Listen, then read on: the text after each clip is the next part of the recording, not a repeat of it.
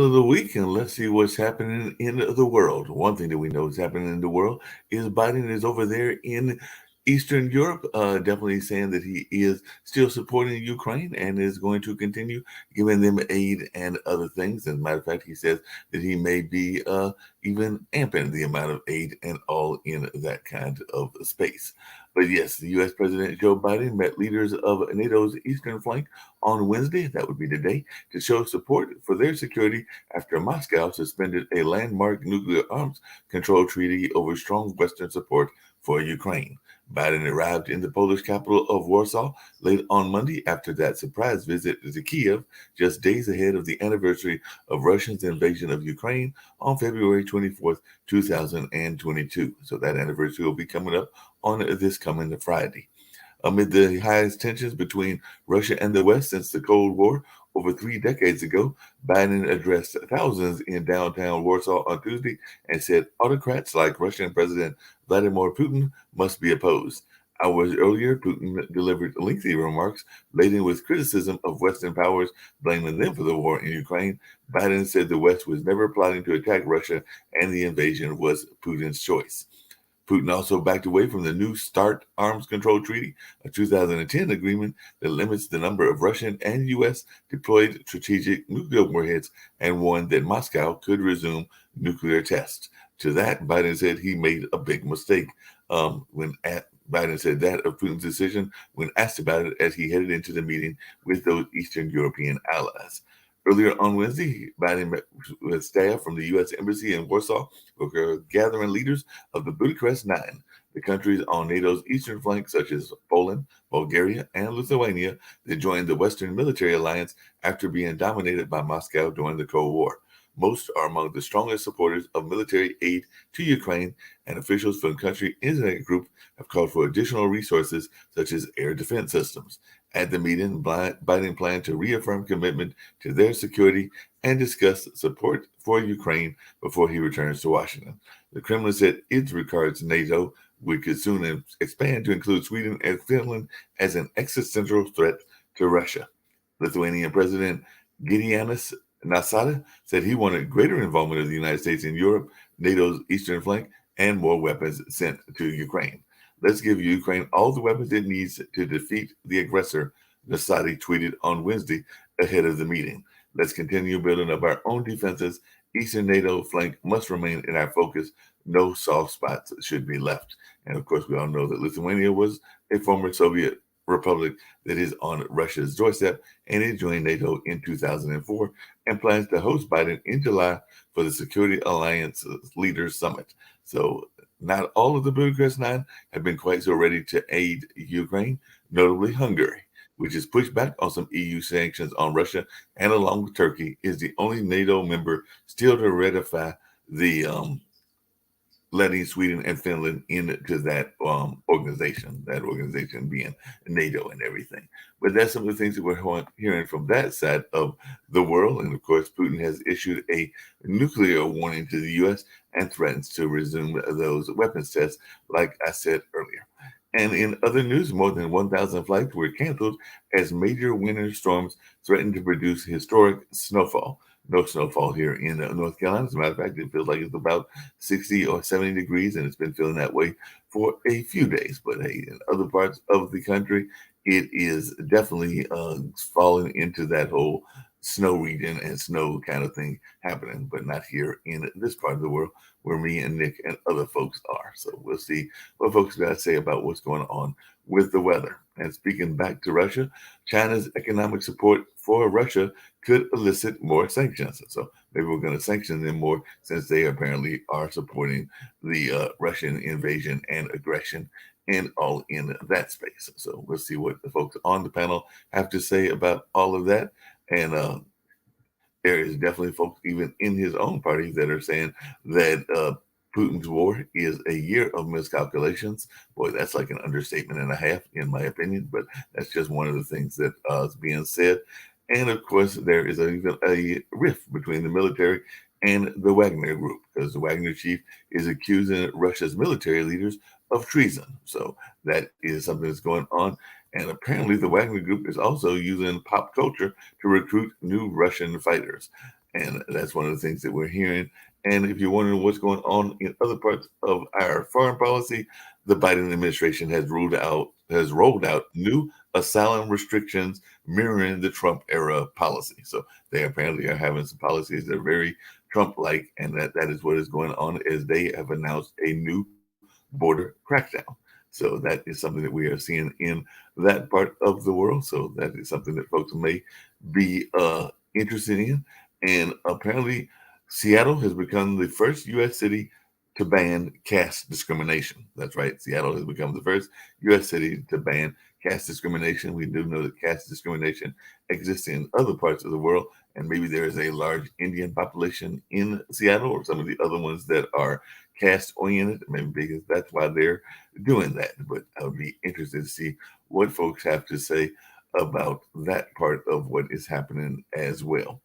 And over there in Israeli forces killed 10 Palestinians in a Nablus raid, and that is what is going on in the Middle East, and I'm sure there'll be some fallout in that part. And as I mentioned before, Nigeria is about to hold Africa's largest democratic exercise. So while other things are going on, Africa is trying to hold a democratic election in the country of Nigeria. And as I mentioned yesterday, South Korean courts are granting gay couples health benefits in a landmark ruling there in South Korea. And winds are lashing the Madagascar coast as Cyclone Freddy makes landfall. So that is going to be another area of the world that might be impacted by a natural event, just like those earthquakes hit Turkey and Syria. As a matter of fact, they had a 6.3 earthquake after they had that other earthquake, and definitely the death toll is rising in that part of the world too, with that natural disaster being the reason for that particular death count and all in those lines. But we're going to bring in my panelists and see what they've got to say about a number of these things that I brought up, including what's going on in Ukraine and some of the ways that it is impacting folks very much in all in those lines. And I may bring up some things going on in the UK, because apparently Rishi Sunak is thinking about that whole Brexit deal that he's got going on with Northern Ireland. But we'll bring in our esteemed panelists and see what they've got to say about a number of these world issues, and we might even get to some United States issues as well, other than the whole notion of the winter storms, because that has definitely been dominating the news in parts of the country, but not necessarily here. And by the way, Biden, because I know folks were wondering what he was going to say about the East Palestine situation there in Ohio, and Biden has said that the train companies should clean it up in East Palestine. So EPHS chief and Ohio governor went over there and drank tap water near the train derailment site after heavy criticism. So I guess they were trying to prove that there wasn't any danger in the water. But we do know that chemical spills can have effects on people's health and all in that. Mark, good morning. I just had a question for Nick to follow up on yesterday. Nick, your guideline is whether anyone died or not. Is that how you understand situations? No. I mean, I have what they call national priorities, Lee. And so the thing is, and this is where these distractions take place. Our national priority is national security at the national level. It's not whether a train derailed in Miami, which happened, by the way, yesterday. But what Mark is bringing up, there could be catastrophic consequences, whether the water quality, air quality. Hey, listen, let's get real here, okay? 400,000 people last year died of heart-related disease. Why isn't that a national priority? 400,000, Lee, died of heart-related disease. That's not a national priority. Okay, it's national priorities are what the media tells you is a national priority. The train derailment in Palestine is not a national priority. I'm sorry. But the consequences of it, it may be very catastrophic. If it's next door to you, it's a priority, but it's not a national priority. What's going on in Ukraine is a national priority. Atomic weapons are a national priority. Heart disease should be up Nick, there, but not a national priority. It's not necessarily an or, it could be end. You know? You could. We have a large government. They could do two things at the same time. Well, I've been arguing for decades about our train system is 18th century, which it still is. Look at it. And that's a valid point. I'm on board with you on that. Okay, right. So the thing is, our train system does need to, our rails need to be reinvigorated so we're up to standards of a first world country. We're not. So if anything, it brought out the fact our rail system is third world. It brought out the fact that, of course, lack of regulation, which there's one panelist who believes lack of regulation is okay, obviously was not okay, because the thing is, as they pointed out quite correctly, what happened is the corporate greed pushed salaries down, and they got rid of a lot of employees in the rail industry to bring profits up. Okay, it's a natural thing of capitalism. All right, and of course, it creates this problem because there's basically very little regulation over the rails. And not only that, there's no real, this guy Butteridge, whatever his name is, worthless, because he has no plan, neither does Biden, on updating our rails to at least be equivalent to Europe or China. Right now, we're third world. Now, did the media bring that out? No, they didn't. Instead, oh, poor me, look at all the gases that were around. But even all that, it's still not a national priority. It's, it's what I call, it falls in the other category. Hey, Nick. So hang on, Mark. Hang on. Because if he's going to have a crack at me, I've never said that we should have. I didn't say anything about you. I've never said that we should have no regulations. And in fact, when it comes to you say one of the panelists here believes in no regulations. I think we all know who that's directed at. So I've never said that we should have no regulations. And in fact, I've actually said previously on several occasions that government regulations is what tempers capitalism, is what makes sure that capitalists don't abuse the public and don't impose a cost on everybody else. I agree with you that there may be some more significant priorities to the United States. However, you mentioned heart disease. Yeah. If the appropriate health departments in America were not paying attention to health issues such as heart disease, obesity, diabetes, all these sorts of things, if they weren't paying any attention to that at all, then you would say, why is the health department not doing anything here?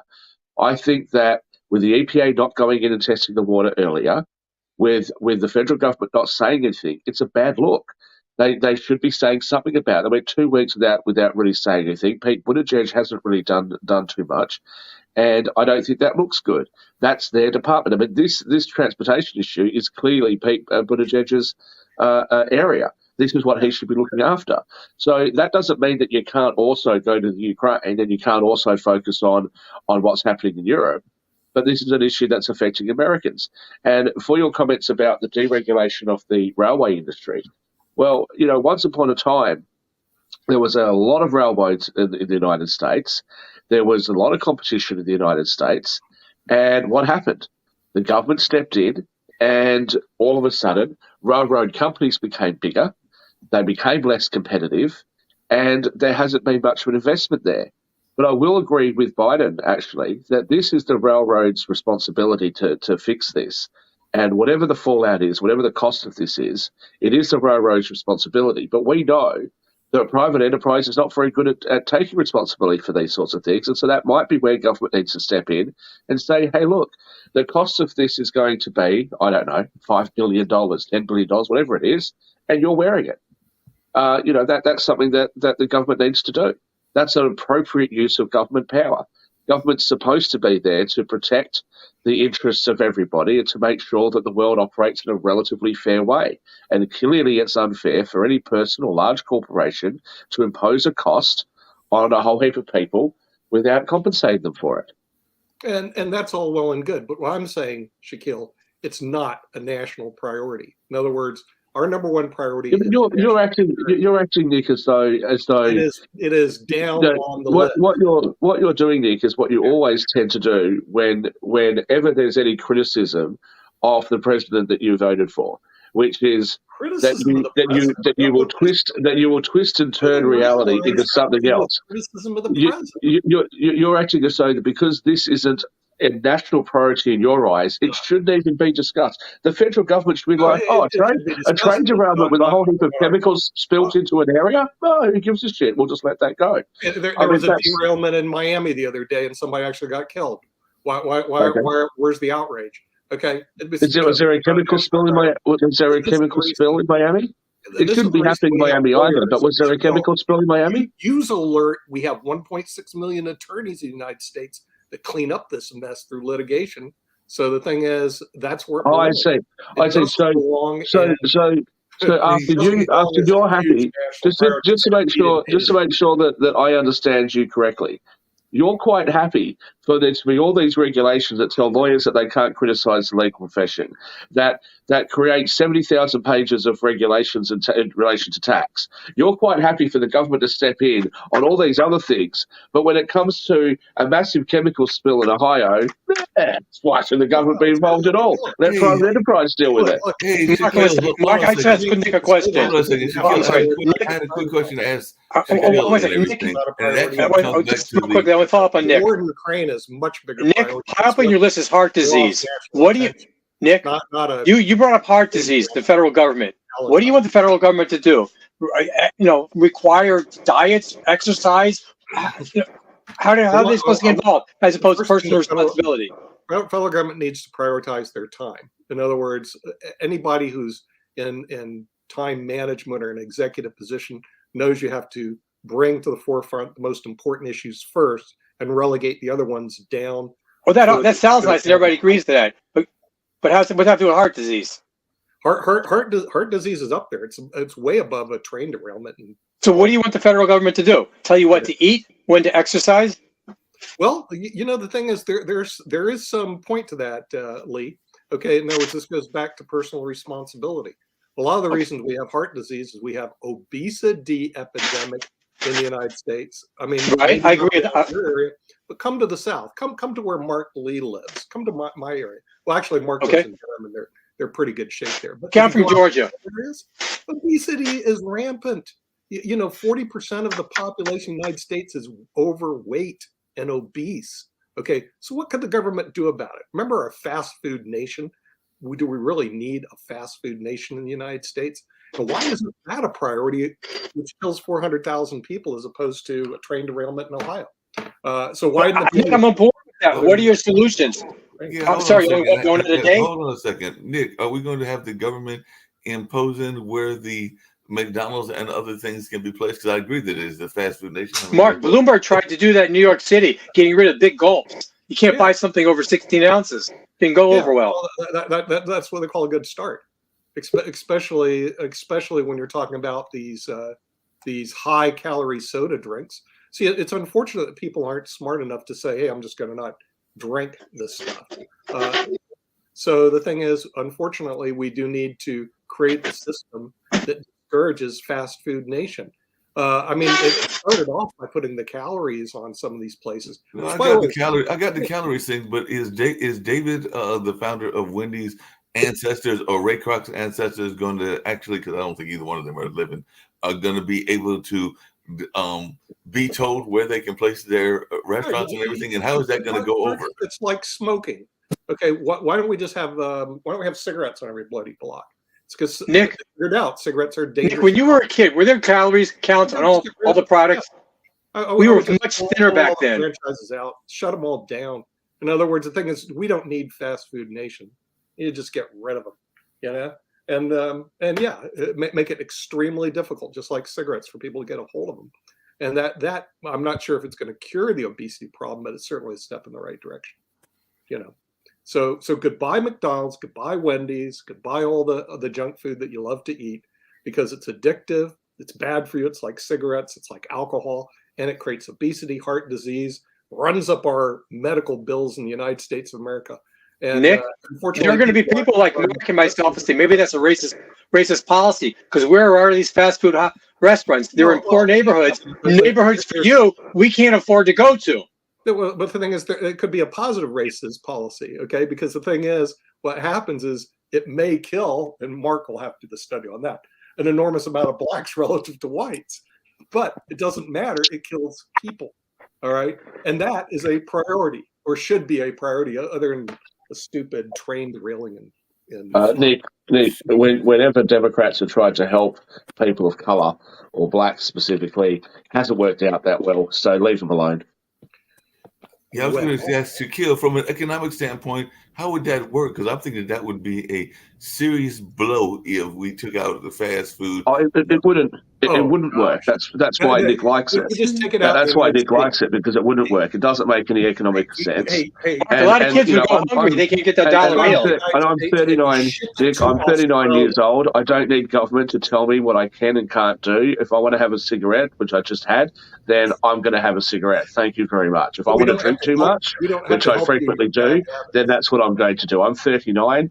My mother hates me smoking, okay, but she's given up on telling me not to, and the government can go and jump in a lake because I will not be giving up for them. Shaquille, along those same lines, because I had a question, it's a legal question, because there's been this whole conversation, we've had it here on the show about discrimination rules and everything. I do not know that much. I've got maybe one or two friends from Seattle, but I don't know that much about Seattle. I imagine there's a large Indian population, but apparently they have added caste to the whole list. So it's now, orientation, race, gender, and now also caste there in Seattle and everything. So is this something we're going to see as a trend? Because they've added this to the anti-discrimination laws, coming to Nick's point about lawyers, because now there's a whole other group of folks that can now decide to sue because they've been added in Seattle. And I know that Marksville and Cary have a large Indian this is just more. That's just the Indians. This is just more. We're going to add caste. Well, this is just more woke nonsense, right? This is just trying to do something about the fact that many Indians like myself bring up caste when it comes to matters of discrimination. Now they've jumped on that and said, okay, well, we'll shut them up by putting the caste system in there. But what you do with somebody like me, my family is so many generations away from India, and it's arguable where we came from. When the British took my family from India, they didn't keep any records or anything like that. So we have no idea, and also the religion that most of my Indian family hold doesn't have a caste system in the first place. So we have no idea about caste in the first place. We don't know. We don't even know what our caste would have been. We can guess, but we don't really know. So what happens then? If somebody like me is in Seattle and I'm running a company and I don't employ people of a certain caste, I wouldn't know what caste they are in the first place. It's not like skin color where you can just tell. You'd have to actually be aware of what the caste system is. So what would happen if you're a white person? What would happen if Lee, I assume Lee's not Indian, okay, and I assume that Lee's a male, who knows these days. Let's say that Lee goes to Seattle and sets up a company and he employs 5 Indians and they all happen to be of a higher caste. Is Lee discriminating against the lower caste? Or does he not know? What is he supposed to do? Is he then supposed to go and ask them, what caste are you? Well, an Indian who has moved from India off the lower caste is probably not going to want to tell you that they come from a lower caste. They might lie. How do you fix this? People of different castes wear different clothing by color, so people will easily see what caste anyone belongs. Not necessarily. Well, Sasha, that might be the case in India, right? Mm-hmm. But if these people are living in America, they're more likely they're not going to be adopting American fashion, American mannerisms, things like that. And let's talk about this. The caste system is going to it runs for generations, right? So what happens if it's a third generation Indian who's lived in the United States for the last, his family's lived in the United States for the last 80 years? How are you supposed to? How people in India know who belongs to which caste? I don't know. I've never been. Or any documentation, like how it works. Well, I'm not 100% sure, Sash, because I've never lived in India and I've never been to India. But I do know certainly that the Hindus, and I'm not trying to pick on them because the caste system is more than just Hinduism. But the Hindus, there's basically like a hierarchy of people that that people just know where they fit. Right, and you've got like the Dalits or the untouchables at the bottom. You've got the Brahmin caste, the warrior caste up the top, and then you've got all these different castes in between. Shaquille, this is like some countries like royalty. Shaquille, former world champion Vishwananand Anand, he belonged to the highest caste of them all. Well, that's right. Most successful Indians do. But most successful Indians do. So my cousin knows a lot more about the caste system than I do. He says that we are one of the subcastes of the warrior caste. So within the caste, you also have all of these subcastes. Now, the Brahmin caste, it's a bit interesting because the Brahmin caste didn't really ever do anything. It was always the warrior caste that were, the bankers and they did all this sort of stuff. The Brahmin caste just lived at the temples, but that sort of changed over time. But my point being that you're basically trying to push an anti-discrimination thing onto white Americans and just Americans that don't know anything about the caste system. How is that going to work? What are you going to do? And as I said, for somebody like myself who is ethnically Indian, what are they going to do? They're going to march me into court and say, well, look, you employed 5 Indians, you employed 10 Indians, but you didn't employ any Indians of this particular caste.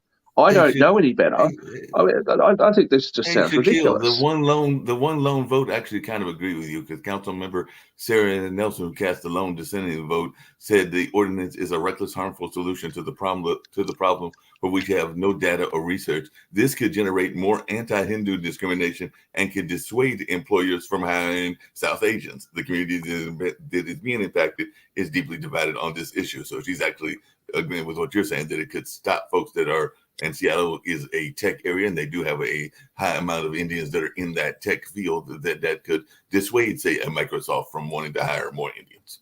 Well, I think what they're trying to do, I understand, right? I do, and I think what they're trying to do is a good thing. I don't think that anybody should be discriminated against, and certainly when you've got like Indian-heavy industries, which tech tends to be dominated by Indians, they're going to know the caste system a bit better. But I would think that this should just fall under discrimination, more generally, because discrimination laws more generally. To make it specific to caste means that, as I said, if you, if Lee sets up a company, if Sasha sets up a company in Seattle, what are they expected to do? How do they comply with this sort of a rule? This is the same thing I said about the LGBTQ community and the non-discrimination rules there. I don't think that anybody should be discriminated against things, for things that are certainly legal for them to do. If you're gay, you're gay. But if you start having a quota that you need to employ a certain amount of gay people, what are you supposed to do? You're supposed to ask people what their sexuality is at the job interview. We already do that with race. For affirmative action, we ask, "What race are you?" You have to check a box. Yeah, but I oppose. But as I said, Lee, I oppose that for the most part. There are exceptions. There are times when I think that affirmative action in over history has been necessary and has been a good thing. But the idea of having race-based quotas, I've said many times before, I don't like them. I really, really don't like them. But for the same reason, because what happens if you don't look like the race that you're a part of? Then what? Then you tick the box, and if you're too white, then they're going to go, well, you pass for white. Are you really of this? It just becomes this huge mess. We saw this with Elizabeth Warren. It just becomes this huge mess, and people end up falling over themselves in order not to offend anybody and not to feel like they're excluding anybody. And, it just makes some people feel as though they're not getting the same opportunities. It doesn't make it better, in my opinion. It can make it worse. It can benefit some, but there's a lot of people that doesn't benefit. Don't make things better, and I don't know why they're doing this so many years after the fact. And yes, I am a supporter of civil rights, and I'm an admirer of many of our civil rights leaders. But with somebody, maybe Nick or anybody else that's in the legal field, can explain to me why the family of Malcolm X is announcing a $100 million lawsuit alleging that the New York Police Department, for publicity, Mark, and the CIA for publicity, for publicity. Anybody here really think they're going to win $100 million from the CIA and the FBI, really, and then the New York Police Department? This is for publicity. That's all it is. It's Black History Month. Let's see the government get some people behind it. Maybe they'll raise some money that they'll get some sort of frivolous lawsuit going, and what else would the reason be? Well, the family claims new information has come to light that alleges conspiracy and the fraudulent concealment of evidence in the assassination of Malcolm X. And civil rights attorney Ben Crump said that during a news conference as they announced that they were suing the FBI, the CIA, and the New York Police Department for their handling of the civil rights leader's 1965 assassination. So for years, our family has fought for the truth to come to light concerning his murder, and we like our father to receive the justice as he deserves, is what Ilyasah Shabazz, which is Malcolm X's daughter, or one of the daughters, said at the press conference. He accused government agencies of fraudulently concealing evidence that they conspired to and executed their plan to assassinate Malcolm X, according to Reuters. And it's not just about the trigger man, it's about who conspired with the trigger man to do this dastardly deed, is what Crump, the attorney, said. If the conspiracy theory is true, if it's true, how are you ever going to be able to prove that? It'll be classified, it'll be buried in secret government documents. You're never going to be able to prove it. Yeah, that's what I said. It's going to be hard to prove. But, the other time that it's come up is when folks have been prosecuted when they've admitted to wrongdoing. But I'm also not a big fan of going after somebody decades after the case has happened, because definitely there is known facts that there were people involved in the Emmett Till case that admitted to lying and everything, but they're now like 90, 95, 100 or something like that. So I don't know that even sentencing them to prison for their actions of being a teenager or a young person are going to be worth it, because one, I guess you could get the satisfaction of them being prosecuted, but are they actually going to put them in jail? And if they put them in jail, how much longer are they going to be in jail and all of that? So that didn't make much sense. There's no statute. If it's a murder or something like that, there's no statute of limitations on that. And frankly, if you happen to be 95 and you finally get caught for a murder that you committed decades ago, and you have to spend the last few years of your life disgraced in jail, I don't have a problem with that. Mark, what exactly is your problem? On many other crimes, I would say, once enough time's gone by, the crime shouldn't be prosecuted. But if you've killed someone and taken someone else's life, you deserve to have as much dignity as possible. Sorry, Lee. No, Mark, is your problem the length of time, or is it because of the age of the defendant? It's the age of the defendant. It's also, Okay, so let's talk about the age of the defendant. You're giving 95-year-olds permission now to commit crimes? Well, I'm saying if they committed the crime when they were much younger and everything, and then they are finally caught for that crime, how much of that time is gone by, and there's all that contamination of evidence. It happened so long ago and everything. How is it going to be? Let's assume there's no contamination. Let's assume we're not talking about this question of the guilt, okay? Let's say that there's incontrovertible proof that they're guilty. People are still going after Nazi during the, who are there in the camps, rightfully so. Eichmann, obviously, not now, but there are other people who may still, let's say, are alive. And there's clear evidence who was there making orders, following them out, the ovens and whatever else. These people should get a pass just because it's the length of time? Well, by that same notion, there is accusations, and I'm not saying that the accusations are true, because I don't know the accusations. I don't know whether they are true or not. But one of our biggest heroes right now is the leader of Ukraine. If they find out later that he is a member of the Nazi Party, even though he is the biggest supporter right now of everybody's on Zelensky's side, but let's just say hypothetically, he wasn't born during World War II. He's too young. But you can still be a neo-Nazi after the fact of the war. Just because someone's a Nazi, and I think it's horrible, doesn't mean they committed a crime. Am I wrong? No, I got your point, but I'm just saying there are accusations that crimes were committed by neo-Nazis both here and in other countries as well. I'm just saying if those who are guilty go after. The word hero is actually involved in. I think it's very dangerous if we're going to start criminalizing viewpoints because we don't like them as horrible as they may be. Yeah, and I'm saying, and that's even come up. I just talked about Malcolm X and Martin Luther King. There are people that have looked at their history after the fact, and some of that was not the prettiest history in the world. So I guess the question is, how much of that overall picture of the history do we want to look at or not look at? Because that even goes back to, Jefferson had a what some people would call a kept woman in his house and everything. That's what Sally Hemings was in a lot of modern day terminology and all in that kind of way. But that is part of the colorizing of the way that people are viewing Jefferson over the last decade or two. Is that fair? Jefferson was definitely one of the founders, but he was also involved in the slave trade and had a slave mistress. If these are facts, I don't know why someone would want to cover them up. Just to polish the image is this because we looked up to these people. We should give an accurate description of how they lived. That I'm on board, but Jefferson was just a man. That was a different era. Sorry, go. Go on, I'm finished. I think a lot of the Kennedy. No, I agree with a different woman, a different era. Dan, you wanted to say something? Jefferson just was a man ahead of his time. Jefferson was a man ahead of what? Two ways, Dan. Well, he had a black mistress, but she was part of his family. He treated her like family, not like a slave. Right. I mean, he took her to Paris, and there were other things that some folks say that he treated her like a part of the family. There is some argument as to whether he did or did not. And like I said, neither one of us were there at that time and everything. Yeah, none of you were there. The evidence is that he did, though.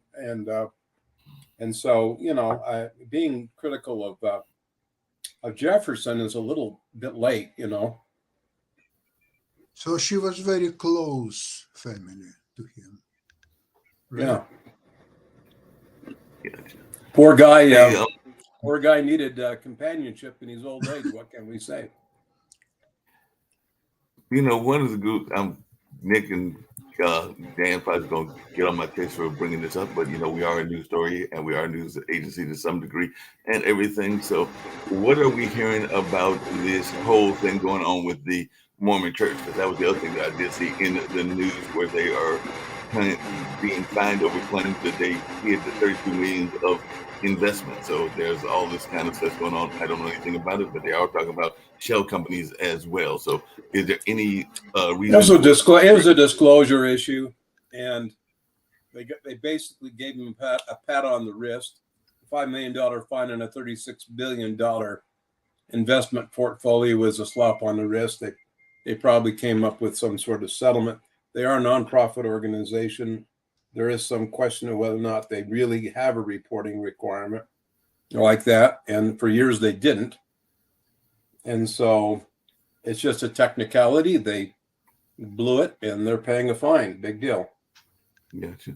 Well, as long as that's not a big deal, that is a good thing. I was actually interviewing a woman yesterday that's part of the Shirley Lou show that we do on Tuesday, and it's usually their agents who are in the insurance space sharing their lives and how they got involved in that financial space. And at one point she did say that she was involved in I believe it was a Christian church, and was in their budget committee. And she did say that one of the reasons she had to walk away is because she saw that while she had no problem with tithing, that there were some we'll just say indiscrepancies, and she had to make a ethical decision as to whether she was going to be part of that or whether she was going to walk away. And I think she opted to walk away from what I remember of that interview yesterday. But folks can go back and catch the Shirley Lou show that airs on Tuesday to hear her own comments about that. So I don't want to speak words. Mark, I'm going to change a little bit. I have a question for you guys. Congress is the only one that can declare war, not the president. Is there a point in time where Congress is going to get involved with what we're doing with Ukraine? As opposed to give the president permission to do whatever he wants, in terms of sending funds or tanks or whatever? I mean, if the U.S. goes into war action, I think Congress would have to be involved, if I remember. Well, financially, we're there already. Right. Well, we're just. So your argument is that financially we're there, so they need to vote to declare. They should do something. Tell the president, either give him permission to do what he wants or get the hell out. But someone should own up to this. Well, the problem is. I'm not taking a position. I'm just saying Congress should. Why do we have Congress? That's always a good question, Lee. But the president is the commander in chief of the. 100%. But he can't declare war, and then he only gets a certain amount of time going to war before he does. We're not at war with Russia, but what we're doing is we're supporting Ukraine by handing them arms to defend themselves. So that situation can go on for a long time until with nothing, but until Putin grows up, I guess. It is very strategic decision as well because it preserves order that was established in the world after Second World War, 1945. Sasha, I agree with all that, but where's Congress on this? Which Congress? What are you talking about? United States Congress. I'm not saying that we shouldn't do what we're doing.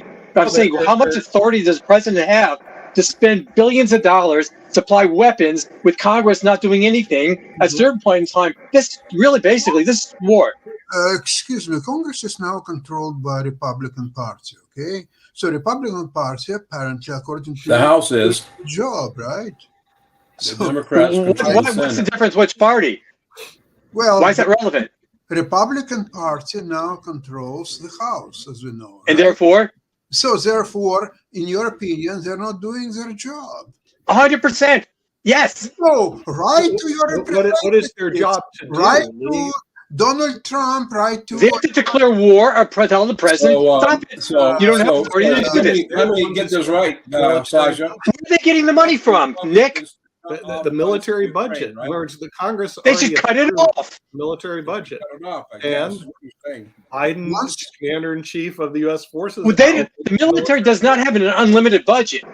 Well, no, they No, don't. they They have, don't. they have 845. This is why right billion, now the 145 goal billion. is to finish the war with Russia as soon as possible. Actually, I'll tell you this.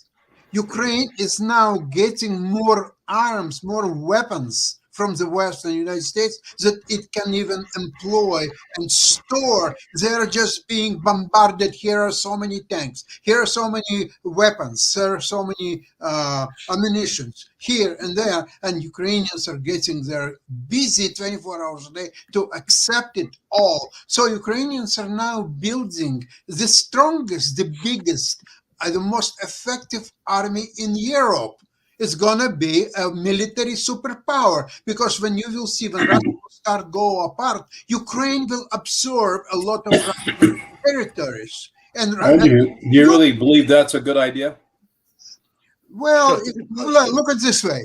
If let's see a territory in Russia close to Ukraine, let's see cities like Belgorod, Kursk, Rostov.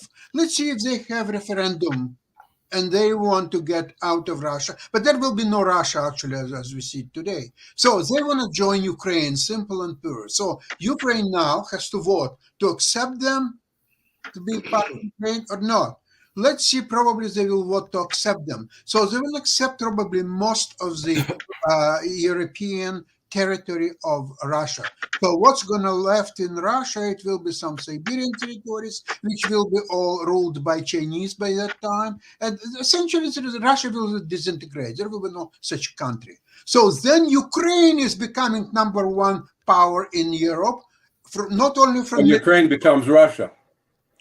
Well, you can say so. I think that's a delusional belief. You can say so. No, You it's know. no different. It's one of the very viable scenarios because if Ukraine will get all Russian armies out of its territory, then it's the end of Putin's regime. Putin is gone, probably physically. So now Russia will have to select how it's to be governed. And guess what?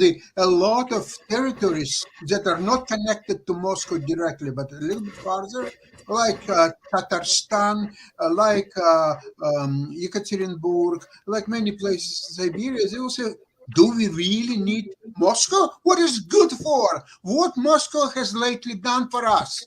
Did they win the war against Ukraine? Oh, they didn't win the war against Ukraine. Go hell out. We know how to govern our provinces and our places, our cities, and we don't need Moscow then. And then what Morning, Moscow, everybody. what Moscow hello. So what Moscow is going to do? Going to fight Tatarstan and the cities like Yekaterinburg or Novosibirsk or all the territories in the Far East? No, it has no clue how to do it. It has no power. So Russia is now disintegrating. The process is already underway. People just don't understand that, but it is what's happening there. There is a huge power vacuum. Do you think Putin is really ruling Russia these days?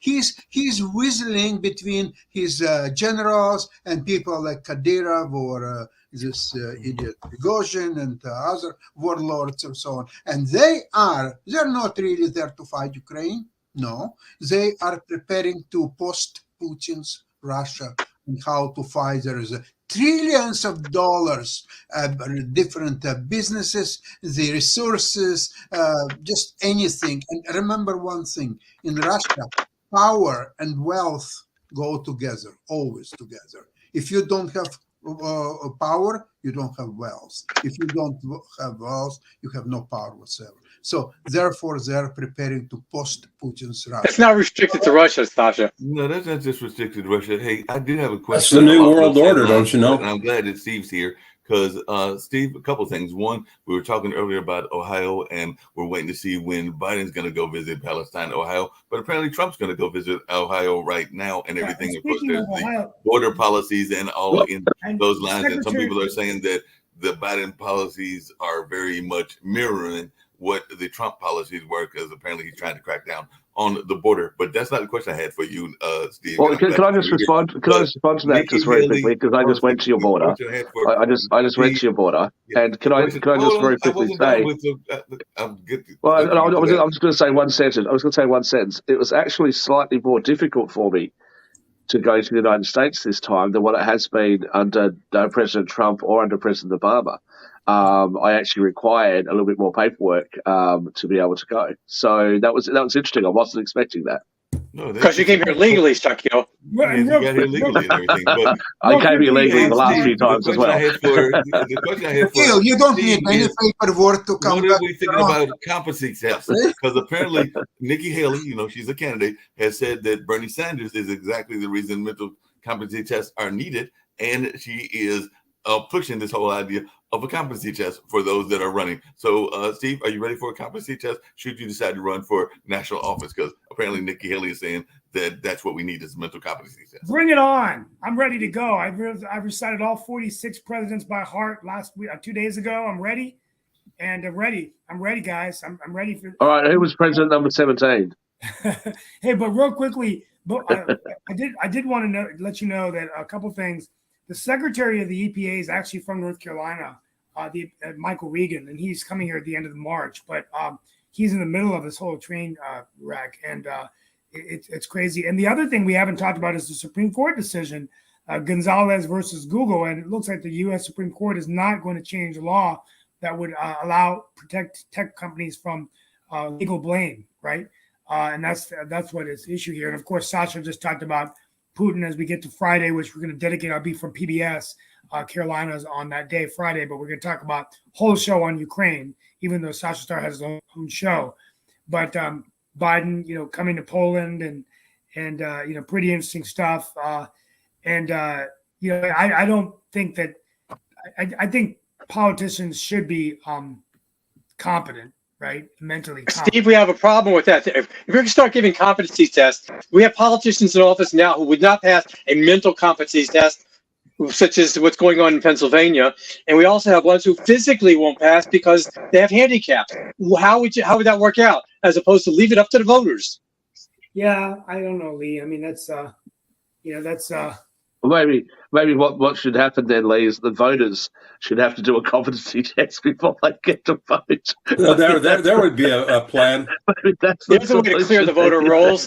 Shakil, and don't forget people who conduct those tests. They have to be very, very That's right.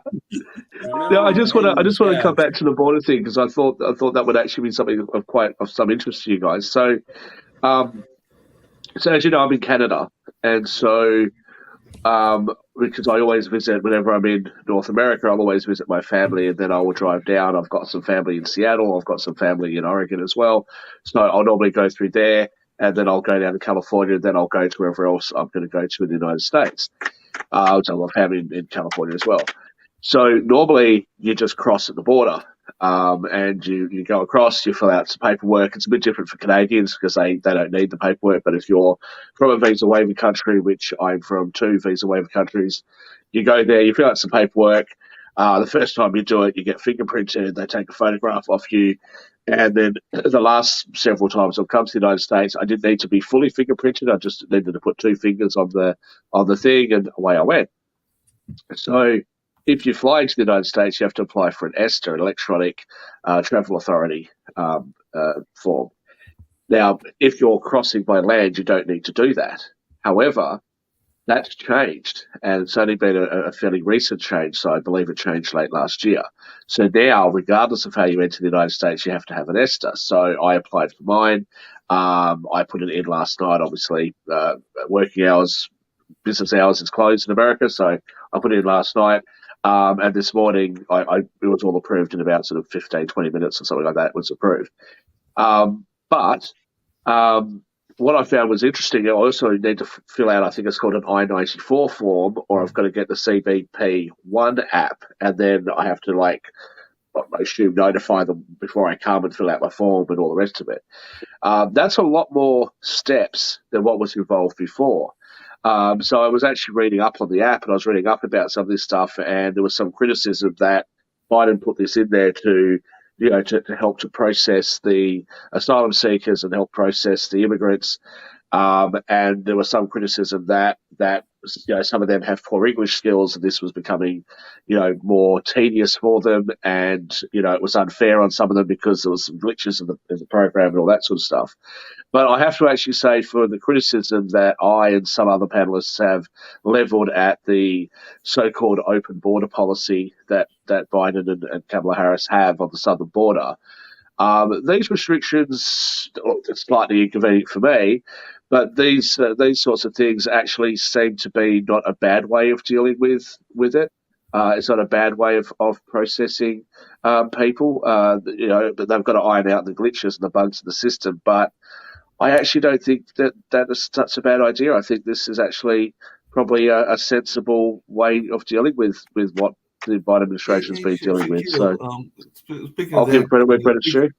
Yeah, speaking of that, and speaking of glitches and everything, there is you're talking about tech, and definitely tech is being used for immigration, but tech is being used for a little bit of everything, including something that got some folks in trouble, because I know that I've got friends that have been using ChatGPT regularly to write letters and everything that they're doing, whether it's business letters or whether it's other types of letters that they are trying to create. And apparently Vanderbilt got in trouble because they had to apologize because ChatGPT was what they used to console those students up there in an email after the Michigan shooting. So I don't know what it said, but everything. But actually, Laura Ingraham, who we know is a Fox News person, said nowhere is stupidity more evident than in the academic world. And I know that's something that Nick and you talk about as well. But apparently, they were writing a letter to get their students to have an understanding and console folks after this horrible shooting that took place there in Michigan. And maybe what it said wasn't all that great. That's what and I don't know what it actually wrote, but apparently they had to apologize because they didn't decide to do it themselves. They decided to let this app that is becoming very popular be what would write what was going to console these students. Mark, some of the stupidest people we have are the most educated. I'm sure that Dean Dan Worthington there would be able to tell you that probably some of the smartest people and some of the stupidest people he's ever met have been at university colleges, university campuses and college campuses. Amen, brother. I'm sure he probably has seen some very smart people and some very brilliant folks, but he's probably also seen some folks he's going like, how did you even get into this college that he's at? Shaquille, I did have to ask something to you because I know that a lot of times you are critical of me and others that are quote unquote woke folks. I haven't noticed. But apparently there is a conservative entrepreneur and an anti-woke crusader that has jumped into the GOP presidential race, and apparently he is an Indian American millionaire, and they do say that he is a long shot, but Vivek Ramaswamy has jumped into the race and everything. So I didn't know if you had any thoughts about this person and whether he even has. They're already saying he's a long shot, so apparently he doesn't have much of a shot. But hey, stranger things have happened. So. Well, I've never heard of the guy, so I can't have much of a comment. But I will say this. Okay, you have to look him up. I think there's a difference between calling out woke stuff when it doesn't make any sense, and when it's not helpful, when it becomes harmful rather than helpful to a particular cause. You've got to be careful of not going on the attack, or which I fall into this all the time. It sounds like I'm trying to attack people sometimes, but you've got to be careful of not coming across really right wing. So if you don't agree, like we talked before about affirmative action, right? And I've outlined why I have some concerns about it. I don't think that what I'm saying could be interpreted as deliberately holding back people of color. It's because I don't think it helps people of color; it hurts them. You got to be very careful when you make your argument that if your argument is I'm on your side, but I don't think this is a good solution. That's one argument. If you're just going to call out the woke and just, you're all crazy, you just want to attack them, well, then it just becomes a tit for tat shit fight, and that doesn't help anything.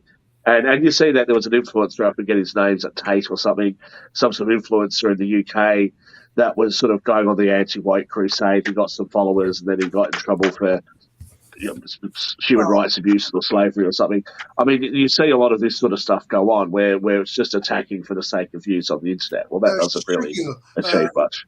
Couple of comments about this so-called Republican race. Okay, so there is Trump who declared first, and he's there, and everybody knows what he stands for, and so on. So there are now some people like this guy Vivek somebody, and then there is Nikki Haley, and then there are some second-rated people are sort of getting in. And remember, everything what they're pronouncing is in tune with Trump's policies. Now, interesting is that heavyweights like this guy, say Mike Pompeo, for example, or perhaps later on Mike Pence, or perhaps Florida. Ron DeSantis, right?